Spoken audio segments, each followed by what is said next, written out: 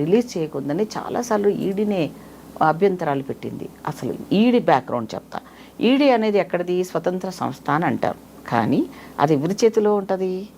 ప్రధానమంత్రి గారు, కేంద్ర ప్రభుత్వం ఆధీనంలో పనిచేస్తాయి. ఎంత స్వతంత్ర సంస్థలైనా దానికి రాజకీయంగా ఉండొచ్చు. కానీ సుప్రీంకోర్టు ఒకసారి తీర్పు ఇచ్చిన తర్వాత దానికి ప్రశ్నించడానికి ఒక పక్కన లేకపోయినా ఈడు అనే దరదర సాక్ష్యాలు ప్రజల ముందు పెట్టడానికి రెడీగా ఉన్నప్పుడు నేను నన్ను పొలిటికల్గానే నన్ను డ్యామేజ్ చేశారు అని నువ్వు మాట్లాడుతున్నప్పుడు మళ్ళీ ఒకసారి తప్పు కదా నువ్వు మాట్లాడింది. ఆల్రెడీ కాషన్స్ ఇచ్చి పంపిస్తారు. ఆమె గతంలో చాలాసార్లు బయట తెలంగాణ, జై తెలంగాణ అని బయటకు వచ్చింది. రైట్? వచ్చినప్పుడు లోపల మాకు తెలిసిన సమాచారం ఏంటంటే నువ్వు ఆ మాట మాట్లాడకుండా ఉండాలి. అలా మాట్లాడకూడదు, మీడియా ముందు మాట్లాడకూడదు. నువ్వు ఇప్పుడు కూడా కండిషన్ బెయిల్స్ ఇవన్నీ ఇష్టం వచ్చినట్టు మాట్లాడాలి, ఇవన్నీ చేయకూడదు. అలా అని చెప్పినా కూడా ఈవిడ బయటకు వస్తూనే అదేదో వాళ్ళ ఏదో ఈవిడ స్వాతంత్ర సమర యోధుల్లాగా దేశానికి ఏదో సేవ చేసినట్టుగా అలా రిసీవ్ చేసుకోవడం అనేది అది మీ పార్టీ ఓన్ చేసుకుందేమో. కానీ ఎవరు జనాలు హర్షించటం లేదే. హర్షించారా? ఎవరైనా బాధపడ్డారా? హర్షించట్లేదు. కవిత కేసు ఎవిడెన్స్ దొరికింది, ముఖ్యమంత్రి కూతురైనా ఎవిడెన్స్ దొరికింది కాబట్టి అంతవరకు నువ్వు తీహార్ జైలు వరకు వెళ్ళవలసి వచ్చింది. అసలే పసలేని కేసు, కావాలని కక్షపూరితంగా పెట్టినట్టు. సరే, అది కోర్టులో చూసుకుందాంలే. నీకు అంత ఉంటే తల్లి నువ్వు అప్పీల్ చేసుకో, నీ నిజాయితత్వాన్ని అక్కడ నిరూపించుకో. నువ్వు అనవసరంగా రాజకీయమైన మాటలు, ఏమంటారు చచ్చినా పులుపు చావలేనన్నట్టు మాటలు, డైలాగులు, ఏదో మీరే తండ్రి కూతుళ్ళు, మీకే తల్లి కూతుళ్ళ ఆప్యాయతలని తెలుసని, నువ్వు ఒక తల్లివని నీకు అప్పుడు గుర్తుకొచ్చినట్టు, నీ బాధ్యతలు అప్పుడు ఎరిగినట్టు మాట్లాడడం తప్పు కదమ్మా. అంతరాత్మని మించింది సాక్ష్యం ఇంకేం లేదమ్మా. దాని ముందు ఏ చట్టాలు పనిచేయవు, ఏ కోర్టు పనిచేయదు. నువ్వు చేసిన తప్పు విత్ సాక్ష్యాలతో దొరికినాయమ్మా. ఇప్పుడు ఆ సాక్ష్యాలు నువ్వు ఈడీని కనుక ప్రజలు కనుక ప్రశ్నిస్తే ఎవరైనా ప్రశ్నించవచ్చు. నేను ఈడీని ఈ రోజున ఇన్ఫర్మేషన్ యాక్ట్ ప్రకారం చట్టం తీసుకొచ్చిన తర్వాత నువ్వు ఏ ఇన్ఫర్మేషన్ అన్నా ఏ సామాన్యుడైనా అడగొచ్చు. ఇన్ఫర్మేషన్ బయటకు వెళ్తుంది, డెఫినెట్గా వస్తుంది సమయం. నువ్వు అలాంటివి మాట్లాడితే వాళ్ళు ఉండి రిలీజ్ చేయరా? డెఫినెట్ చేస్తారు. ఇప్పుడు మీరు ఇంతకుముందు హైడ్రా గురించి అడిగారు. దానికి రాజ్యాంగమైన భద్రత లేదు, దానికి అధికారాలు లేవు, దానికి అన్నీ ఇస్తాము. మేమే రాజు కదా, మేమే అధికారం ఉన్నది కదా. దానికి ఏమేమి కావాలో, వాళ్ళు ఏమేమి అడుగుతారో, ఎక్కడ వాళ్ళు ఫుల్ ఫ్లెడ్జ్లో పనిచేయడానికి అవసరమైందో అవన్నీ ఇస్తాం. కవిత కేసుకి సంబంధించి చూస్తే, కవిత అరెస్ట్ నేపథ్యంలో ఫస్ట్ స్టేజ్లో జరిగినటువంటి వాదనల్లో అభిషేక్ మను సింఘ్వి వాదించాడు. ఇప్పుడు ఆయన రాజ్యసభ ఎంపీగా తెలంగాణ నుంచి ఎన్నిక అవ్వడానికి బీఆర్ఎస్ పరోక్ష మద్దతు ఇచ్చింది, అందువల్లే అక్కడ వాళ్ళ క్యాండిడేట్ని నిలపలేదు అనేది బీజేపీ చేస్తున్న ఆరోపణ. ఇప్పుడు బీజేపీ ఎలాంటి గేమ్ ఆడుతుందంటే, ఇద్దరిని రూమ్లో వేసిన తర్వాత ఎవడైతే గెలుస్తాడో వాడికి ప్రైజ్లు అనౌన్స్ చేస్తారు కదా. అలా మీరిద్దరు కొట్టుకొని చచ్చో లేకపోతే అవతలోడు చచ్చినా పర్వాలేదు, ఆ గెలిచినోడి మావ అన్నప్పుడు సిచ్యువేషన్ బట్టి మైండ్ గేమ్ ఆడడంలో ఇద్దరిద్దరే. కేసీఆర్ అంతే, బీజేపీలో ఉన్న మోడీ అమిత్ షాలు అంతే. దాని గురించి ఆయన ఎందుకు అప్పుడు అలా అన్నాడు కాబట్టి బీజేపీ అన్నది కాబట్టి బీజేపీ నిజాయితత్వంగా పనిచేస్తుందని మాత్రం దేశ ప్రజలు అనుకోవట్లేదు. దేశ ప్రజలు నిర్ణయాల్ని ఆల్రెడీ 400 పార్ అన్నదానికి ఆయననే పార్ చేసే పరిస్థితి తెచ్చుకున్నాడు మోడీ గారు. ఇప్పుడు ఆయన అధికారాన్ని ఇంకోరి చేతిలో అడుక్కొని ఉన్నాడు. ఆయన ఫుల్ మెజారిటీలో లేడు. అందుకని రాహుల్ గాంధీ గారు అడిగే ప్రతి ప్రశ్నకు సమాధానం చెప్పే పరిస్థితిలో లేడు. ఆయన ఇండివిజువల్ నిర్ణయాన్ని తీసుకునే శక్తి లేని శక్తిహీనుడు. అందువల్ల ఇక్కడ ప్రధానమంత్రిగా ఉన్న ప్రజల సమస్యను పక్కన పెట్టి ఆయన అక్కడ గ్రాఫ్లు పెంచుకోవడానికి వెళ్తాడు. ఇంత నష్టం జరుగుతుంది కదా. ప్రపంచ యుద్ధాలు జరిగిన దాంట్లో నువ్వు ఎవరికో ఒకరు సపోర్ట్ చేస్తున్నావు. ఇప్పుడు మొన్న ఇజ్రాయెల్ యుద్ధం ఇది జరుగుతూ ఉంది. సో ఆ యుద్ధానికి సంబంధించినంత వరకు ఇన్నేళ్ళు అయిన తర్వాత నువ్వు వెళ్ళావు, అవునా? మరి అంతకుముందు అధికారంలో ఉన్నప్పుడు ఎందుకు 2 ఏళ్ల నుంచి జరుగుతుందిగా అక్కడ జరుగుతున్న పిల్లలు గారా? పోనీ నీకు ఇంత ఇమేజ్ ఉందిగా, నువ్వు ఇమేజ్ ఉంది కదా. ఒక అమ్మాయి ప్రపంచంలోని మన ఒలింపిక్స్ లెవెల్లోని ఒక దాంట్లో గెలిస్తే ఆ అమ్మాయి సెకండ్ క్యాడర్ వరకు వెళ్ళిన బహుమతిని కూడా తీసుకోలేకుండా అమ్మాయిని నిదర్శనంగా బహిష్కరించినప్పుడు, ఈ భారతదేశ ప్రతిష్ట గురించి దిగజారుస్తున్నప్పుడు బేటీ పడావో బేటీ బచావో అన్నావే, మరి దాని మీద నువ్వు మాట్లాడడానికి నీకు లేదా, శక్తి లేదా? ఇప్పుడు మనం అలాంటి ఒక బేటీ గురించి మాట్లాడుకుంటున్నాము. డాటర్ ఆఫ్ ఎ ఫైటర్ అని కవిత గురించి ఫైటర్ ఎవరికి ఫైట్ అమ్మా? జాగృతి అనే సంస్థ ఎవరి కోసం బతుకమ్మ మాకు నేర్పించింది ఆవిడ. లేదా ఆవిడ నేర్చుకుంటే నేను బతుకమ్మ చేశామా? బతుకమ్మ పేరుతో ఎన్ని దోచుకొని తినేది తెలీదా? ఎన్ని వేల కోట్లు మాయమని తెలీదా? ఎన్ని ఫ్రాడ్ చేసింది తెలీదా? ఎంతమంది జీవితాలు నాశనం చేసింది తెలీదా? పిలవమంటావో ఒక్కొక్కరు చెప్తారు ఆమె గురించి. చెప్పమంటే టైం వస్తుంది, అది కూడా వెళ్తాము, వెళ్ళమనండి ఆమెని. ఈ కవిత వల్ల నష్టపోయిన వాళ్ళు, ఈ కేసీఆర్ ప్రభుత్వంలో నష్టపోయిన వాళ్ళు ఎంతమంది ఇప్పుడు బాధ్యులను ఎవరు చేస్తారో? అధికారులనే కదా. ఇప్పుడు ఫోన్ ట్యాపింగ్ కేసే ఉంది, అవునా కదా? మా సార్ చేశాడుగా, చెప్పాడు కాబట్టి మేము చేసామని అధికారులు చెప్తున్నారుగా.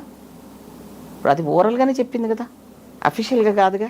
మరి నువ్వు అధికారంలో అప్పుడు నువ్వు ఎవరిని వాడుకున్నావు, యంత్రాంగాన్ని ఎలా మిస్యూజ్ చేసావు, ఎన్ని తప్పులు చేసావు, ఇప్పుడు ధరణిలో ఎన్ని లోపాలు మేము గుర్తుపడుతుంటే ఆ ధరణిలో ఉన్న రైతు కష్టాలను కానీ, ఆ లోకల్గా వాళ్ళ భూమి పట్టాన్ని కోల్పోయిన వాళ్ళ బాధలు చూస్తుంటే తల్లి ఏడుపు వస్తుంది మనకి. నువ్వు ఎవరికి కాపు కాచావు నాయన ఇన్ని రోజులు? నువ్వు కవితమ్మ విషయంలో బీఆర్ఎస్ బీజేపీ వేరు అని, బీజేపీ మాకు బీజేపీ కాదు, మేము కాదు వాళ్ళతో ఉన్నది పొత్తు, కాంగ్రెస్ వాళ్ళే పొత్తే అంటే మాకెందుకురా బాబు? ఇప్పుడు వాళ్ళతో మాకేం పని? మరి మాకేం పని? మా రాష్ట్రంలో మాకు ఉందిగా ఒక ముఖ్యమంత్రి గారు, ఒక కేంద్ర ప్రధాని మంత్రికి ఏది రిక్వెస్ట్లు పెట్టుకోవాలో, ఈ రాష్ట్రానికి ఏమేమి ఇవ్వవలసినవనే తీసుకురావడంలో వెళ్తాడు అంతే. మాకేం మ్యాచ్ ఫిక్సింగ్ లేవు మీలాగా. నువ్వు వెళ్ళి నీ ఒక ఎంపీ టికెట్ను కూడా గెలిపించుకోలేనంత అసమర్థత కేసీఆర్దా? చెప్పు, ఎందుకు ఒక్క ఎంపీని కూడా గెలిపించుకోలేకపోయారు? ఇంతమంది తీస్మార్కారులు కదా వీళ్ళంతా. మరి ఎందుకు గెలవలేదంటే వాళ్ళకి ఇంటర్నల్గా వాళ్ళకి సపోర్ట్ చేసి తన కూతుర్ని రిలీజ్ చేసుకోవడం కోసం వాడుకున్నాడు. ఇప్పుడు మళ్ళీ అదే వస్తుంది, కూతుర్ని రిలీజ్ చేసుకోవడానికి ఇంటర్నల్ గా సపోర్ట్ అనుకుంటే ఒక న్యాయ వ్యవస్థ, ఒక పార్టీలు, ఇప్పుడు అమ్మా నువ్వు సుప్రీంకోర్టు అంశాన్ని కోర్టు ద్వారా మీరు వాడుకోండి, మేము అక్కడ దానికి వెళ్ళటం లేదు. ఫస్ట్ పాయింట్, వాళ్ళు రాజకీయంగా కనుక మమ్మల్ని కనుక కెలికితే, మా జోలికి వస్తే, మమ్మల్ని దోషులుగా నిలబెట్టాలని వీళ్ళు కనుక ఏమన్నా మాట్లాడితే మేము ఊరుకునే ప్రసక్తి లేదు. మా దగ్గర విత్ సమాచారాలతో సహా ప్రతి దగ్గర, ప్రతి నియోజకవర్గంలో ఆమె నిజామాబాదులో ఆమె ఏ రకమైన వసూలు, టోల్ గేట్స్ దగ్గర నుంచి ఏ రకంగా టోల్ గేట్ లాగా కవిత ఫండ్, టోల్ ఫ్రీ ఫండ్ ఎట్లాగో అలాంటి ఫండ్స్ అన్నీ తీసుకున్నారు. ఈ హరీష్ రావు మాట్లాడతాడు ఇరిగేషన్ ప్రాజెక్టులో మగవాళ్లతో ఏమేమి ఒప్పందాలు చేసుకున్నాడు. అలాగే ప్రభాకర్ గారు విద్యుత్ సంబంధించింది, నీ రాష్ట్రంలో అంత ఉన్నా నువ్వు పరువు రాష్ట్రం నుంచి విద్యుత్తును ఎందుకు కొనుగోలు చేసావు నాయన? అధికారులను వదిలిపెడతాడా రేవంత్ రెడ్డి గారు? ఆయన రిలీజ్ చేస్తాడా? రిలీజ్ చేయలే కదా, ఆయన ట్రాన్స్ఫర్ కానీలే కదా, ఆయన రిటైర్మెంట్ అయినా వదిలిపెట్టేది. సో ఇవన్నీ చేస్తున్నప్పుడు కవితను ఏదో తప్పు చేయలేదు కాబట్టి కోర్టు ఆమెకు శిక్ష విధించింది, ఆమె ఇన్ని రోజులు జైల్లో ఉందంటే నవ్వుతాడు. ఇప్పటికీ కూడా కడిగిన ముత్యంలా నేను బయటకు వస్తాను అనే మాట అసలు ఆమె ముత్యం అయితేగా. ఫస్ట్ ముత్యాలలో కూడా రకరకాలు ఉంటాయి. ప్లాస్టిక్ ముత్యం ఆమె, ఆ ప్లాస్టిక్ ముత్యం జరసేపు వేడికి పెడితే కాలిపోతుంది. ఆ కాలిపోయిన లెవెల్లోనే ఇన్ని రోజులు వయసు వచ్చినావు నువ్వు ప్లాస్టిక్ ముత్యం తల్లి. నువ్వు ముత్యమే కాదు, మీ నాన్న నువ్వు ఆ డైలాగ్ వినడానికి మీ ఇద్దరికి బాగుంటుందేమో కానీ మాకెవరికి ఎక్కట్లేదే. ఎవరమ్మా ఆమె పోతే మొత్తం ప్రజలంతా వెళ్ళిపోయి ఆమెకు స్వాగతం చెప్పారా ఎయిర్పోర్ట్కి? నువ్వు బాజాలు పెట్టి డబ్బులు కొట్టించుకుని నువ్వు తెచ్చుకున్నావు, మాకేం కర్మ బట్టి. నువ్వు కడిగిన ముత్యమా? కడిగిన ముత్యం అయితే బిచ్చం ఎందుకు అడిగావు? నా పిల్లల్ని కోసం నన్ను పంపించండి అని కోర్టుని ఎందుకు అడిగావు? నువ్వు తప్పుని చేయని దానివైతే నువ్వు నన్ను నా మీద ఎన్ని రోజులైనా సరే నేను శిక్ష పడతా, పర్వాలేదు, నేను ఏ తప్పు చేయలేని అడగలేదు ఎందుకు? అమ్మ మీరు ఇప్పుడు ఒక మాట అన్నారు, కడిగిన ముత్యం, నేను బయటికి వస్తాను అని చాలా క్లియర్గా తను చెప్తున్నప్పుడు తను చెప్పినటువంటి ఇంకొక మాట వడ్డీతో సహా చెల్లిస్తాం, నేను ఇప్పుడు జగమొండిలాగా తయారయ్యాను అనేది. ఆ వడ్డీతో సహా చెల్లించేటువంటి వార్నింగ్ ఎవరికని మీరు అనుకుంటున్నారు? అంటే వడ్డీతో సహా అనేది కక్ష సాధింపు చర్యలు అనేది రాజకీయాలు ఉండకూడదు అసలు నన్ను చూస్తే. ఇప్పుడు వాళ్ళు నేను ఇంతకుముందు ఫస్ట్ డైలాగ్ అయినది దృష్టిలోపం. ఇప్పుడు నువ్వు తప్పు చేయనంత వరకు నీకు ఏది తప్పుగా, ఏదైనా తప్పు చేస్తే నువ్వు వెంటనే దాన్ని వద్దు అంటావు. ఎందుకంటే నీ నేచర్ అది, నీ దృష్టి అది, నువ్వు అలాంటి మంచితనంలో ఉన్నావు. నువ్వు ఎప్పుడు పాపంలో ఉండి నువ్వు అన్ని తప్పులే చేసి నువ్వు మాట వరసకు మాత్రం నీ కడిగిన ముత్యం అంటే నేను ఖచ్చితంగా చెప్తాను ఇప్పుడు బల్ల గుద్ది, నువ్వు ముత్యంగా తల్లి. ముత్యంలో కూడా రకరకాల ముత్యాలు ఉంటాయి. ఆర్టిఫిషియల్ ముత్యము, ఈమె ఆర్టిఫిషియల్. తండ్రి పేరు చెప్పుకొని రాజకీయాలు వచ్చి ఒక జాగృతి అనే ఒక సంస్థ ఫేక్ పెట్టుకొని దానివల్ల ఆమె పబ్లిసిటీ పెంచుకొని ఆవిడేదో దేశానికి అంటే ఈవిడ తెలంగాణ ఉద్యమంలో చనిపోయిన బిడ్డలు ఎంతోమంది ఉన్నారు, అందులో ఆడబిడ్డలు కూడా ఉన్నారు కదా, వాళ్ళకి ఇవ్వాలి కదా, వాళ్ళ కుటుంబాలకి రావాలి కదా, ఏదైనా క్రెడిబిలిటీ రావాలంటే, బెనిఫిట్ కావాలంటే. నీకెందుకు వచ్చింది? ఒక ముఖ్యమంత్రి కూతురుగా వచ్చింది. అయితే ఇంతకాలం ఇప్పుడు నువ్వు కడిగిన ముత్యం అని నువ్వు డైలాగు, నువ్వు నన్ను కక్ష సాధింపుతో ఉన్నది వచ్చినాక వడ్డీతో సహాయ సినిమా డైలాగా, సినిమాకి నడుస్తాయి అవి, నీకు ఒరిజినల్గా నడవదు అసలు. నీకు ఆ డైలాగే నీకు అనర్హత. నువ్వు ముత్యం కాదు, ప్లాస్టిక్ ముత్యం నా దగ్గర. ఇంకొంచెం 4 రోజులు అయినట్టు ఇప్పుడు ఎలా బయటకు వచ్చింది? ఆకారం చూసావా మనిషిని? నువ్వు అంత బాగా ఉంటే నీ హెల్త్ అంత బాగా సహకరించాలి కదా, ఎందుకు డౌన్ అయ్యావు? ఆ బాధ ఎందుకు మానసిక శోభ అనుభవించావు? ఎందుకు ఆధ్యాత్మికమైన చింతనలోకి పోయావు? మరి నువ్వు ఆధ్యాత్మికంగా వెళ్ళిన దానికి కచ్చలు కారుణ్యాలు ఇవన్నీ ఉండకూడదు కదరా. అంటే అక్కడున్నప్పుడు ఒక వేషము, ఇక్కడికి వచ్చినాక ఒక వేషం డైలాగా. అయితే అంటే నీ దాంట్లోనే డ్యూయల్ క్యారెక్టర్స్ ఎంత బాగా కనపడుతున్నాయి చూడు. ఇంతకాలం కవిత లోపల ఉంది, బయటికి రాలేదు కాబట్టి కేసీఆర్ కూడా బయట ప్రజల మధ్య తిరగలేకపోయారు, ఒక రోడ్ మ్యాప్ అనేది చేసుకోలేకపోయారు. ఇప్పుడు కవిత వచ్చింది కాబట్టి ఆ బూస్ట్తో కేసీఆర్ బయటకు వస్తున్నారు, రుణమాఫీ గురించి మాట్లాడతారు, రైతుల సమస్యల గురించి పోరాడతారు, ఒక రోడ్ మ్యాప్ అనేది వేసుకున్నారని. వేసుకునియండి. ఇప్పుడు జనాలను ఎలా తయారు చేశాడు ఆయన? ఉద్యోగాలు వద్దు, రైతు బంధు, డబ్బున్న వాడికి అప్పుడేదో నక్సలేట్లు ఉన్నప్పుడు 100 ఎకరాలు అంటే ఏవైతే ల్యాండ్ సీలింగ్ యాక్ట్ కింద కానీ నక్సలేట్ల భయం కానీ ఆ రోజు ఉన్న పెద్ద పెద్ద ఎకరాలు కలిగిన భూస్వాములుగా ఉన్న జమీందారు వ్యవస్థలో ఉన్న వాళ్ళు, ఈ అప్పర్ క్యాస్ట్లో ఉన్న వాళ్ళు ఎకరాలు దోచుకొని దాచుకున్న వాళ్ళు ఎవరైతే ఉంటారో వాళ్ళందరినీ మళ్ళీ కేసీఆర్ తీసుకురావడానికి ఆయన ఒక ప్రోగ్రాం పెట్టుకున్నాడు. పెట్టుకొని దానికి ఒక రైతు బంధు అని పెట్టాడు. అంటే 1000 ఎకరాలు ఉన్నోడికి 100 ఎకరాలు ఉన్నోడికి వాడే పక్కా రైతు, కౌలుదారులు రైతులు కాదు, నేను వాళ్ళకి మాత్రమే సాయం చేస్తాను, వాళ్ళకే లక్షలు ఇస్తానని ఒక బిస్కెట్ బిచ్చం వేసినట్టు పేద రైతులకు ఎకరానికో 2 ఎకరాలకో డబ్బులు వేశాడు. అంటే ఏంటి? మీరు అవి తిని మూసుకొని గమ్మున ఉండండి, నేనే మీకు ఇస్తున్నాను అంటే పెట్టింది పెద్దది వాళ్ళకి. అవునా?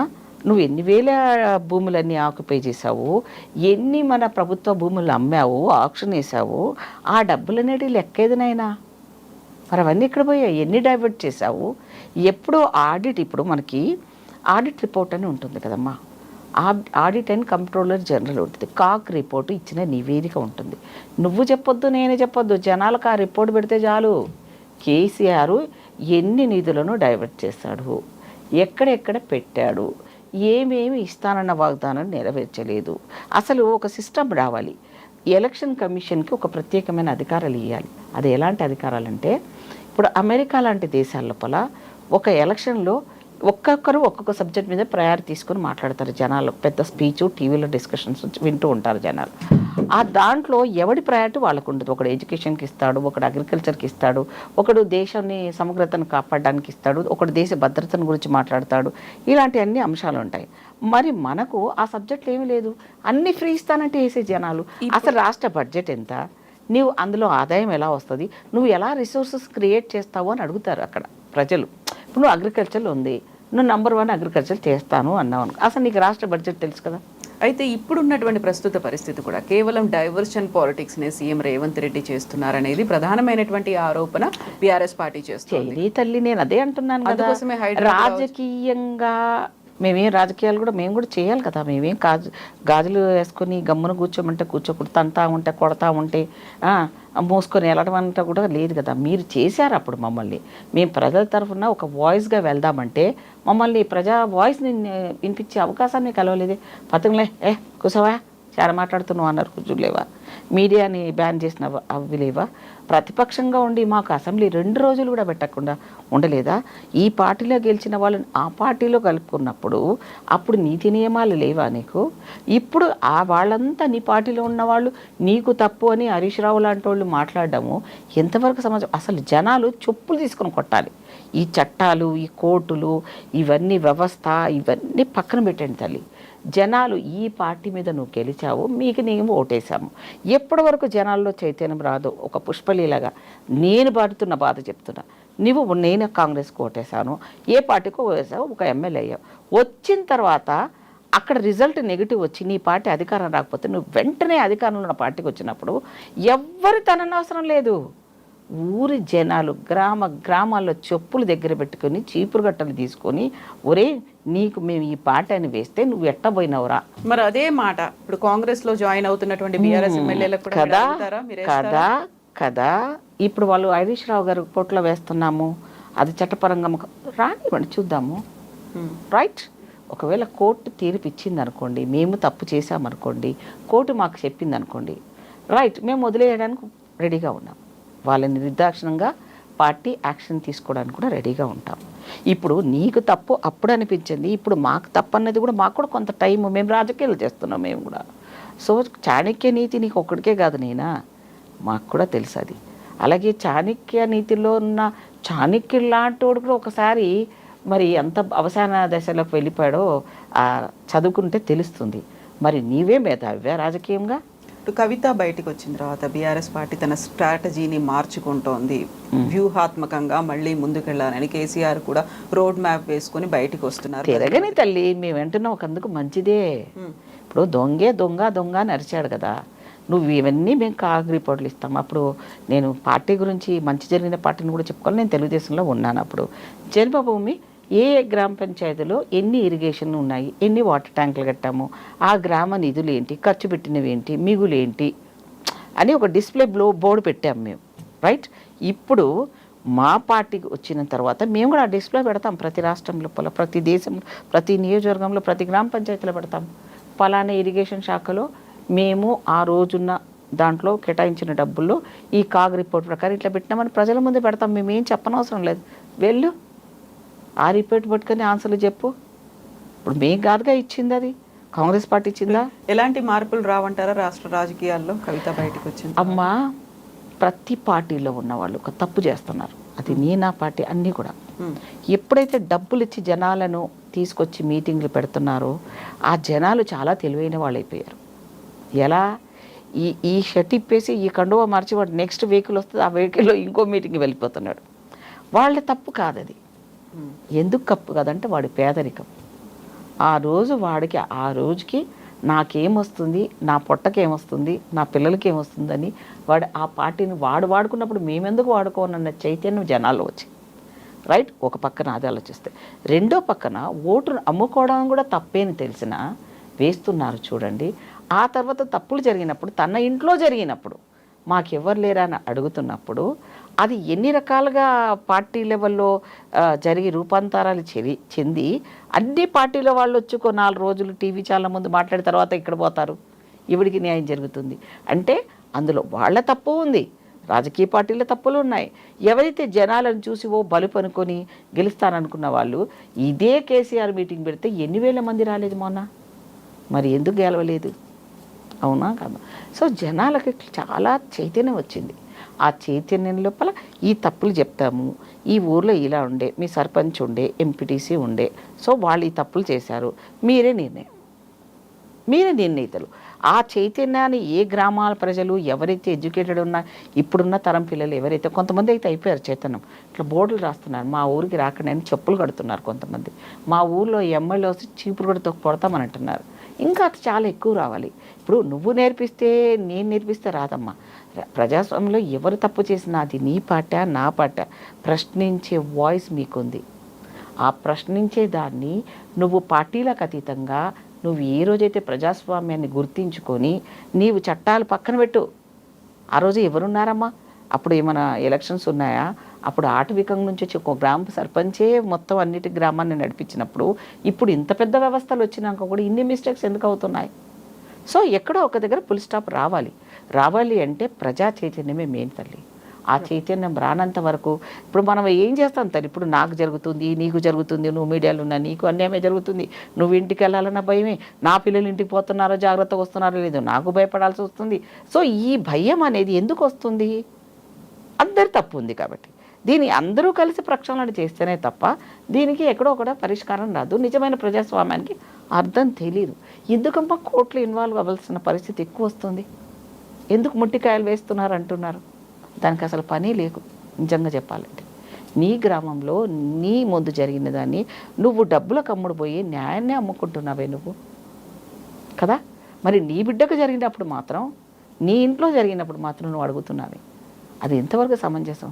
సో రాజకీయాలు చేయాలన్న వాళ్ళు రాజకీయాలు చేస్తూనే ఉంటాం. అందులో వాళ్ళు చేశారు కదా, నువ్వెందుకు చేసావు, నువ్వు బాగుండు అంటే నీ దగ్గర నుంచి నేర్చుకున్నాం కొన్ని, రైట్? సో మేమేంది మామూలుగా వచ్చేసి మేము ఏదో ఆర్గనైజేషన్స్ పెట్టుకున్నాము, లేకపోతే మేము ఏదో సర్వీస్ మాత్రం ఓరియంటెడ్ అండి, మీరు కొట్టినా కొట్టించుకుంటాం, తిట్టినా తిడతాం అంట కాదు. కొట్టిన వాడిని వదిలిపెట్టాం, తిట్టిన వాడిని వదిలిపెట్టాం. ఎక్కడ ఏది వాళ్ళు ఎన్ని వాడారో అంతకన్నా మాకు కూడా వాడడం వచ్చు. మేము ఇంకా చాలా సీనియర్ పార్టీ, మేము చాలా చాలా రాజకీయాలకు స్వాతంత్రం తెచ్చినప్పటి నుంచి ఇప్పటి వరకు జీవితాలను త్యాగం చేసిన సోనియమ్మ వరకు కూడా ఇప్పటి వరకు రాజకీయాలు ఉండగలుగుతున్నారు. ప్రజలు రాహుల్ గాంధీ గారి పాదయాత్రను మెచ్చుకున్నారు అంటే ఎందుకు వస్తుంది ఆ స్పందన? గెలుపు ఓటంలే ప్రయారిటీ కాదు తల్లి. ప్రజలకు మంచి చెడు అనేది తీసుకుపోయి చైతన్యం చెప్పగలగాలి. ఇప్పుడు చైతన్యం చెప్పేవాడే ఎవరు లేదు, నీకు జరుగుతుంది పను నాకెందుకండి అని వెళ్ళిపోతున్నామే, అదే తప్పు. సో కవిత ఎన్ని మాట్లాడినా నా లాంటిది ఉంటుందిగా, చూసినాంగా అన్ని రాజకీయాలు. ఊరుకుంటాను అనుకుంటున్నారా? నాకు ఎవరి గురించి అవసరం లేదు. కవిత లాంటి 1000 మంది వచ్చినా నాలాంటి కార్యకర్తలు మస్తు మంది ఉన్నారు, పార్టీలు చాలామంది ఉన్నారు.